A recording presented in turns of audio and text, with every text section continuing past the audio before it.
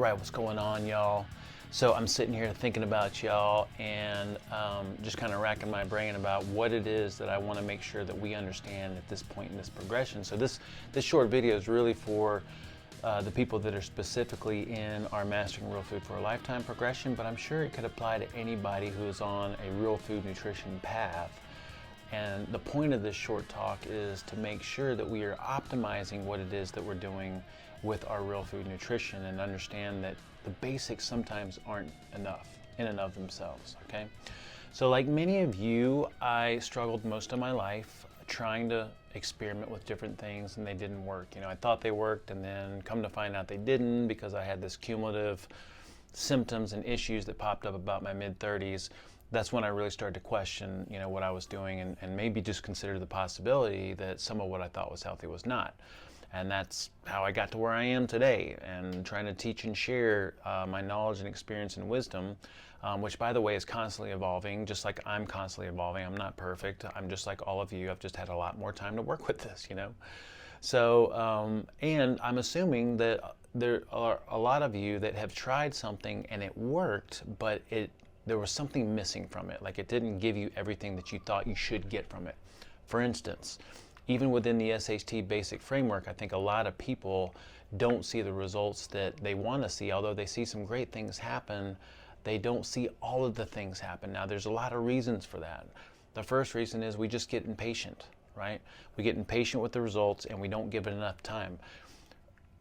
Imagine committing to this way of doing things for not just months, but years and decades. I'm on my first decade.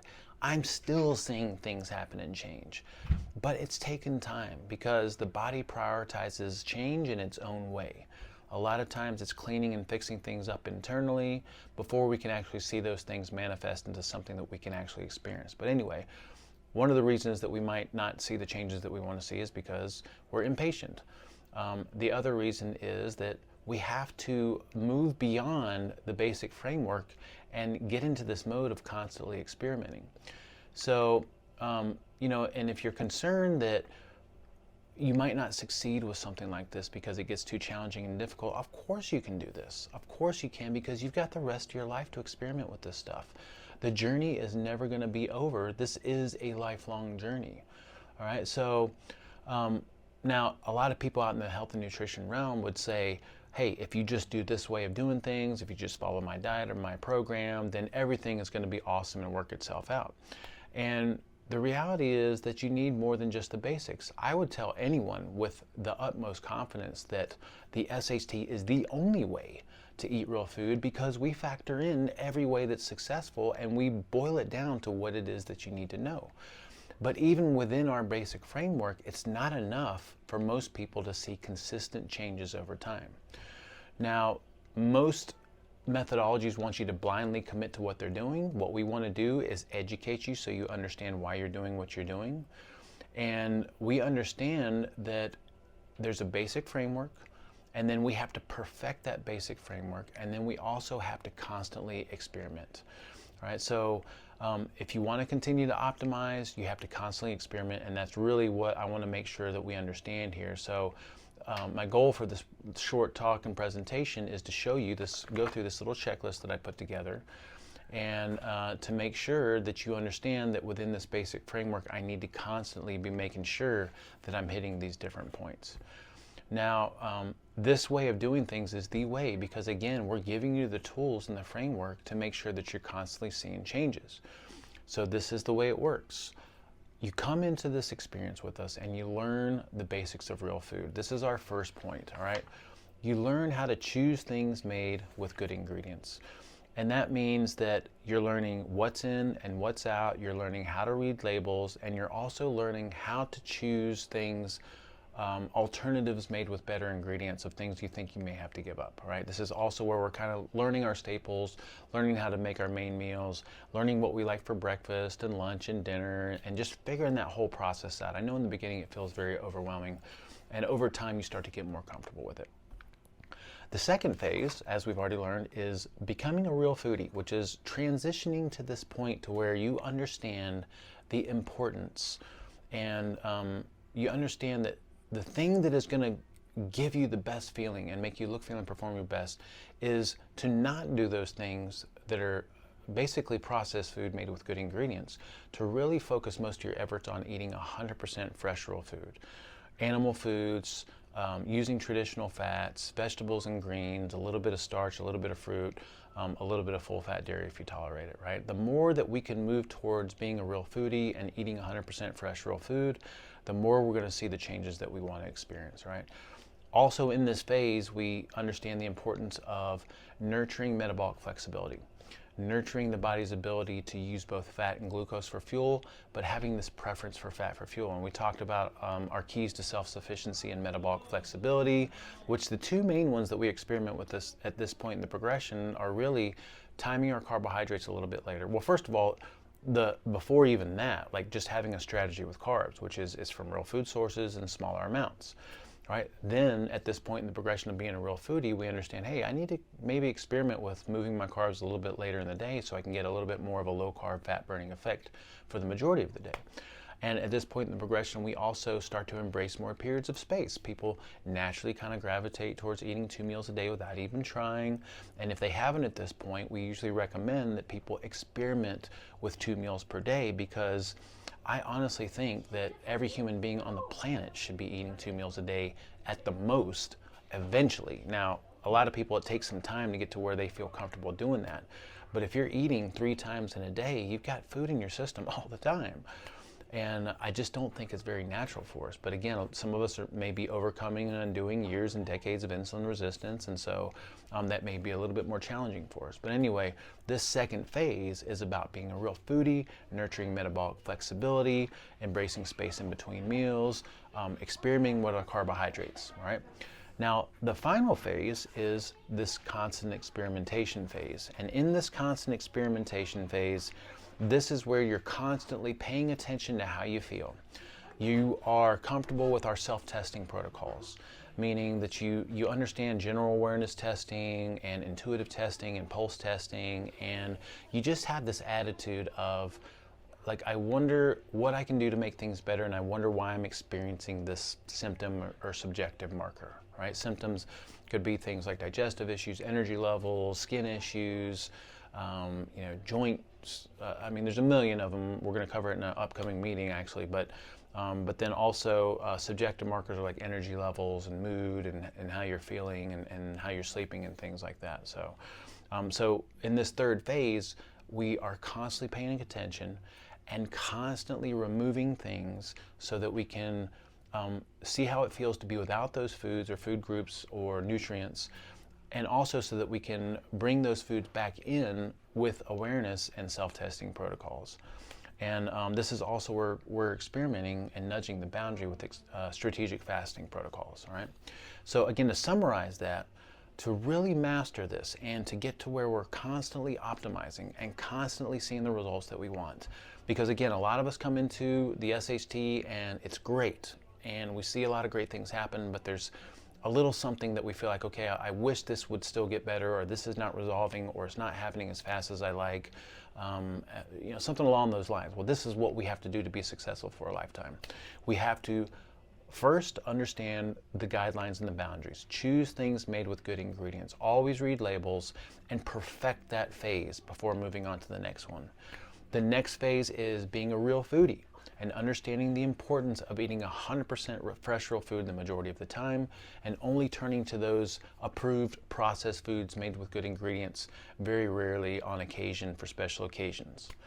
And then the third phase, and by the way, we want to be in that second phase of being a real foodie and perfect it and optimize it and really, really get to the point to where we don't have those things in the house. We don't turn to those things that often. And if I feel really confident that the majority of what I eat is 100% fresh real food, then I can move on to the next phase, which is constant experimentation. And it's not like you can't experiment within the context of not being a real foodie, but it really helps to just have that foundation of being 100% fresh real food, because if you're eating a lot of those approved processed foods, they have a lot of ingredients, a lot of confounding variables, and it's really hard to determine what's messing with you if something is messing with you, okay? And then again, the third phase is just constant experimentation. You got to experiment with low carb, you got to experiment with pulling things out, reintroducing paying attention to how you feel. And if you have something going on, like a skin issue or digestive issue or energy levels or sleep patterns or whatever it is, then you have to have this introspection and curiosity and fascination. Like, what is contributing to this? What can I do different? What can I do better? A lot of times it's nutrition. A lot of times it might be something else. So I put together this nifty little checklist. The 3 main points, the 3 main phases that we're all trying to go through. If you're in this progression with us right now, then we are moving into that 3rd phase, because we've already talked about the importance of being a real foodie, and now we're moving into self-testing and experimentation. All right, so, and then I have a more detailed checklist here, and I'll just go through the main points here. So choosing things made with appropriate ingredients. That means that we have done a pantry clean out and purge. We swap for healthier versions of things that we like and think that we have to give up, like the chips and crackers and cookies and pizzas and stuff like that, and ice creams. And we're always reading labels to avoid the main things like wheat, corn, soy, definitely those highly processed industrial seed oils, corn, canola, soybean, grapeseed, safflower, sunflower, rice bran, hydrogenated, partially hydrogenated, stuff like that, right? And we're learning our staples, all right? And then also we understand what's in, what's out. We understand, we have super confidence in how to read labels, and we're not really questioning what it is that we're supposed to do just yet. Then in the 2nd phase, again, our little more detailed checklist, and you just want to make sure that you're hitting these different marks, and if you're not, you stay in that little area of that phase until you hit those marks. The 2nd phase, 100% fresh real food. We're moving towards being a real foodie. We're learning how to eat for nutrients and nutrient density. We're learning how to eat for metabolic flexibility and training the body how to use fat for fuel. We're experimenting with a couple meals in a day. We're experimenting with restricting carbs until later in the day. And your marks here are, I prepare most of my foods at home. I enjoy eating 100% fresh real food, and I understand how that makes me feel. I've experimented with restricting carbohydrates till later in the day, and I've experimented with more space and having just a couple meals in a day. And if you've met all those check marks in there, you're doing really, really good. And now we're getting to this phase of optimization. And this is where we do constant experimenting. This is going to happen for the rest of your life. And this is why we recommend being a part of our community and staying connected to us, because we help facilitate these experiments as time goes on, because as we learn more, you're going to learn more. All right, so this 3rd phase, you're experimenting with low carb, you're learning how to self-test, you're interpreting your symptoms and your subjective markers, you're eliminating foods, food groups, nutrients with the purposes of seeing how you feel so you can reintroduce it through self-testing, and you've experimented with low carb, and you understand how that feels and how that responds to your body, and you also understand that I probably want to cycle low carb here and there, whether it's every other day or every other week or once a month or something along those lines. And then also you've experimented with the self-testing protocols, you experiment with eliminating things and bringing them back in, and you understand that your symptoms are the result of something going on. It could be environmental, a lot of times it's nutrition, maybe it's one of the other lifestyle factors or one of our other health foundations, but you understand the importance of always going without something so that you can see how it makes you feel, so that you can reintroduce it with awareness and self-testing protocols. And finally, you're always experimenting with strategic fasting protocols, which means that you understand fasting durations, fasting types, and you understand how to move yourself through these different types of experiments. All right, and just to let you know, like, how this is never ending. My body composition is always changing. Why is it always changing? Because I'm always doing these things. I never just stay still with this stuff. When I first found the gift of ancestral health and real food, I went from 270 pounds down to like 220 pounds really fast. And so when I was here in Vegas trying to, drum up, clients and just get stuff going, because I didn't know anybody here, I was like at 220 pounds and I was doing talks. I got pictures of me doing talks, at different gyms, and I looked really chunky compared to what I look like now. Now, since then, I have learned everything that I'm trying to share with all of you, and I have, from, what was that, 2011, 12, something like that, all the way till now, or like 2021, I'm down to the leanest I've ever been, 190 pounds. And again, I do understand the scale isn't everything. You can redistribute, body composition, put on more muscle, lose some fat, and the scale doesn't change, whatever. But the reality is that I've gone from 220 to 190 now. And if I look at that on a pound average per week or per year, that's like 2 or 3 pounds in a year, which for most people is undetectable. And for most people, it is impatiently unacceptable, right? They would not notice that, not even say that that's a weight loss. But if I look at 2 or 3 pounds a year cumulative over 10 years, that's 20 or 30 pounds. So the reason I bring that up is, number one, you have to be patient, but you also have to constantly be experimenting so your body can constantly shift and change. So I mean, you know, it's been a slow progression for me, but it's still optimizing and still changing. Another thing that has been really challenging for me has been digestion. So digestion, it got immediately better when I found real food. You know, I had IBS. I had, oh my gosh, I was like, I don't know if you ever seen that movie Along Came Polly with Ben Stiller, and he had IBS, and it was just like my mentality was like, I have to have a bathroom somewhere near me no matter where I go. And dating was horrible because a lot of my life revolved around my digestion.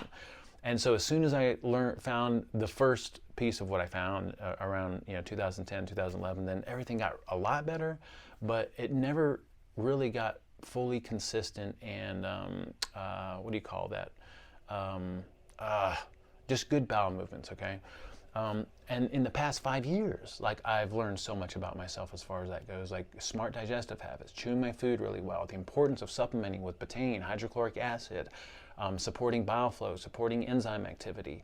And then I've also found like certain foods just don't resonate with my digestion, and it has nothing to do with nightshades or not nightshades or plants or not plants. Like, it's been really, really fascinating.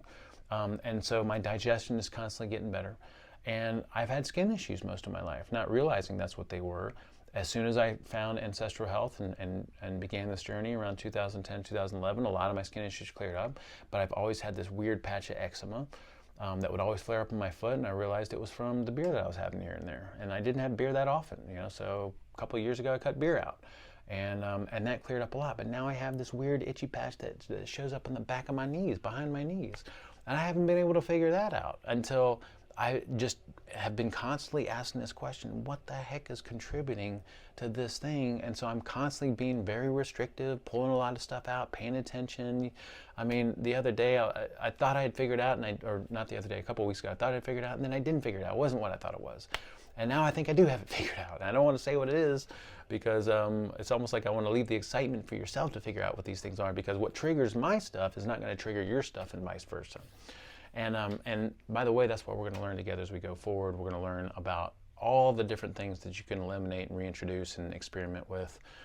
We have a whole list of them that we're going to cover in our last meeting together. So anyway, again, I know this video is my intention was kind of for the people that we're working with right now that are in our progression. You guys are freaking awesome. You guys are rocking it. You're doing amazing. You're seeing great changes, and that's enough proof for you to continue forward with this. But then also, I just want you to understand and acknowledge this is not the basics. Will serve you for a lifetime, but if you want to constantly optimize and see changes, then you have to constantly experiment. And if you're one of those people watching or listening to this and you are not a part of our progression, then I hope that some of this stuff resonates with you, because the same basics are going to apply. You got to find your way to real food, learn how to read labels, choose things made with good ingredients, focus on being a real foodie and eating for nutrient density, and then constantly experiment. But if you're not doing it the SHT way, then I don't think you're doing it the right optimal way. All right? So, questions, comments, feedback, please send them my way. I look forward to seeing y'all up at the next meeting. All right? Later.